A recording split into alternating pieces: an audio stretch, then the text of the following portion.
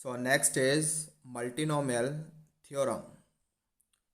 अच्छा, now if you are comfortable with binomial theorem, तो इसका एक्सपेंशन जो है 1 - x⁻⁻r, that is binomial theorem for any index. वो कैसे लिखा जाता है? 1 + n x। n का काम कौन कर रहा है? -r। x का काम कौन कर रहा है? -x। Then we have plus n(n−1)/2 factorial into x square. So n की जगह तो -r रखा है हमने, -r -1। x की जगह है -x का whole square and divide by 2 factorial, like this ये चलता रहता है। Got it? सो यहाँ पर माइनस माइनस प्लस हो जाएगा, वी गेट 1 + r(x)। यहाँ से माइनस बाहर आ जाएगा, यहाँ से भी एक माइनस बाहर आएगा तो प्लस हो जाएगा, we get r+1/2 factorial into x square. इसके बाद वाली जो टर्म हो गई हमारी fourth term, that will be r+1 r+2/3 factorial x³ like this. So 1 + r(x)। अच्छा, इसको हम r इंटू r+1/2 फैक्टोरियल को ऐसे तो लिख ही सकते हैं, r+1c2 लिख सकते हैं ना। आप यहाँ पर इसका फॉर्मूला लगा लो NCR वाला, यही आ जाएगा। Got it? तो इतना हो गया। And this term r+1 r+2/3 factorial can be written like this r+2c3। इस तरह से लिख सकते हैं। तो अगर हम इसी तरह से अगर कंटिन्यू रखें तो आगे जाके कहीं बीच में nth टर्म भी आएगी। सो nth टर्म, लुक, अगर यहाँ पर 2 है तो यहाँ पर कितना है? एक कम 1। अगर यहाँ पर 3 है तो यहाँ पर इसके पावर में यहाँ पर कितना है? एक कम है, we get my r2 that is 3 - 1। So इसी वाले लॉजिक से अगर यहाँ पर n है तो यहाँ कितना होगा? n-1। और r तो सभी के साथ है, r ये कांस्टेंट है। Got it? सो इसमें हम ये कह सकते हैं कि जो कोफिशिएंट होगा x⁻n का in this expansion, coefficient of x⁻n in this expansion, ये x⁻n है, ये इसका कोफिशिएंट है। So that is r+n-1cn। Got it? और we can write r+n-1c r-1। ये कैसे आ गया? Because we know that NCR is equals to NCr-1। ये इक्वल होता है, बाइनोमियल थ्योरम में पढ़ा होगा आपने, नहीं पढ़ा तो कोई बात नहीं, आप पता चल गया फिलहाल के लिए। जब बाइनोमियल करेंगे तो ये प्रॉपर्टी है। Got it? सो फिलहाल तो बस इतना याद रखा कि NCR is equal to NCr-1। तो ये n और r में कंफ्यूज होने की ज़रूरत नहीं है कि n इधर होगा या इधर होगा, r यहाँ होगा या यहाँ पर होगा। आप तो इसको ऐसे याद रखो, कोफिशिएंट ऑफ x की पावर यहाँ पर कुछ भी हो, 1 - x की पावर माइनस समथिंग। ठीक है? तो जो भी यहाँ पर पावर लिखी होगी उसमें से आप क्या करो, एक कम कर दो, -1। Got it? If we have -r तो बस r ही कंसिडर करना। सो r-1 यहाँ लिख दिया, r-1 इधर, r-1c r-1, और जिसका कोफिशिएंट पूछा गया है वो उठा के यहाँ पर रख लो। So this plus r-1c r-1। Example अगर मैं आपसे पूछूं coefficient of x⁻11 in 1 - x⁻7, तो यहाँ पर -7 है, माइनस को हटा दो 1 मिनट के लिए, तो 7 - 1 7 - 1 लिखो यहाँ पे, डेट इज 66 एंड +11, तो +11 कर लो, we get 17c6। Got it?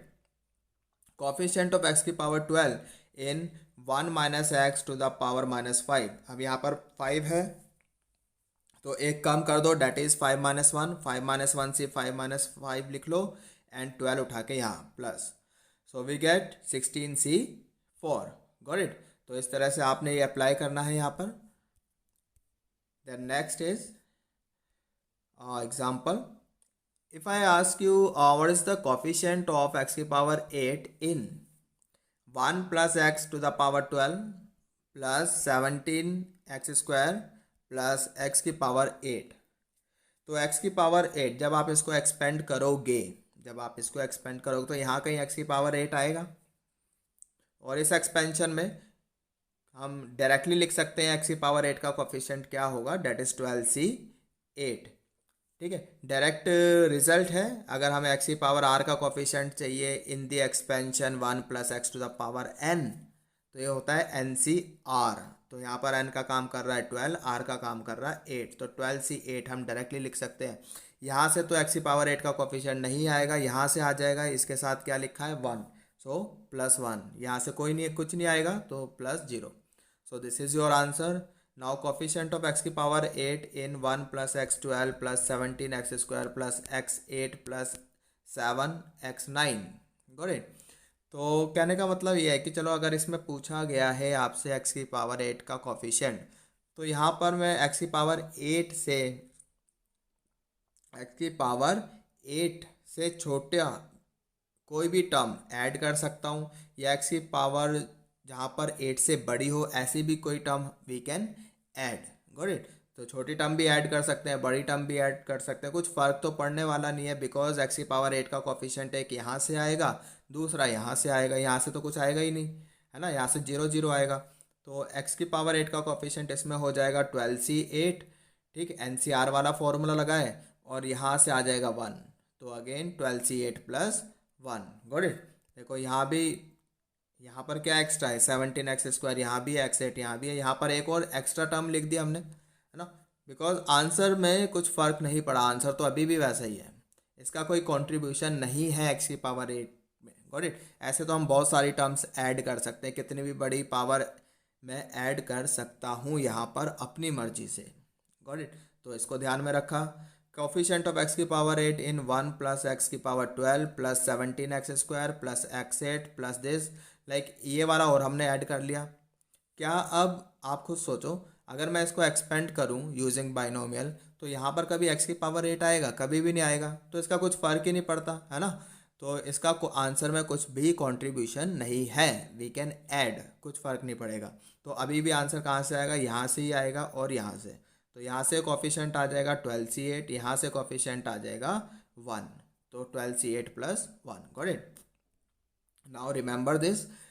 Now if we have n identical object which are to be distributed among r person, n identical object है और r persons में distribute करने हैं, तो कितने तरीके से हम distribute कर सकते हैं, और सारे के सारे object आपको distribute करने हैं, कोई भी बचाकर घर नहीं जाना है। Got it? सारे के सारे बांट कर ही घर जाना है। And this can be done in n plus r minus 1 c r minus 1। Got it? So अभी जो हमने बाइनोमियल से बोला, ये इक्विवेलेंट किसके है, कोफिशिएंट ऑफ एक्स की पावर n इन, यहाँ पर अभी हमने लिखवाया था, ये होता है कोफिशिएंट ऑफ एक्स की power n in 1 minus x to the power minus r, this is n plus r minus 1c this. Got it. तो यहाँ पर ये हो जाएगा। अगर n आइडेंटिकल पर्सनस है, कैसे आया ये भी अभी हम बाद में डिस्कस करेंगे, फिलहाल के लिए फॉर्मूला याद रखा। For example if we have 12 identical object 7%, सारे के सारे डिस्ट्रीब्यूट करने हैं। ठीक है, तो कैसे लिखेंगे इसको हम, कोफिशिएंट ऑफ एक्स की पावर 12 इन 1 माइनस एक्स की पावर माइनस 7, और you can apply direct formula. ठीक, तो ये यहीं से आएगा, 7 में से एक एक कम कर दिया, वी गेट 7 माइनस 1 से 7 माइनस 1, और ये 12 इधर ऐड कर दिया, सो 18c6। Got it. इतना हो गया। अगर 12 डिफरेंट ऑब्जेक्ट हैं एंड 7% है, यहाँ पर तो क्या था, ऑब्जेक्ट्स कैसे थे, आइडेंटिकल। आपकी बार क्या है, ऑब्जेक्ट्स कैसे हैं, डिफरेंट एंड 7%। तो ठीक है भाई, पहला ऑब्जेक्ट उठाया, पहला ऑब्जेक्ट डिस्ट्रीब्यूट करने के कितने तरीके, 7% है, तो 7 तरीके से डिस्ट्रीब्यूट किया जा सकता है पहला ऑब्जेक्ट। ठीक है, दूसरा ऑब्जेक्ट उठाया, अब आपके सामने फिर से 7% खड़े हैं, तो अब ऐसा तो है नहीं जिसको पहले मिल गया उसको दोबारा नहीं दे सकते, उसको फिर से दे सकते हैं, है ना। तो फिर से उसके पास 7 चॉइस, ऐसे ही हमारे पास 12 ऑब्जेक्ट्स हैं, तो 7 into 7 into 7, 12 times we get 7 to the power 12। Got it. So this is your answer. So remember this. अगर डिफरेंट है देन कुछ इस तरह से करोगे आप, अगर आइडेंटिकल है then apply this formula direct. तो ये आपको डायरेक्टली याद रहना चाहिए। बस बाकी ये देखते हैं अपने नेक्स्ट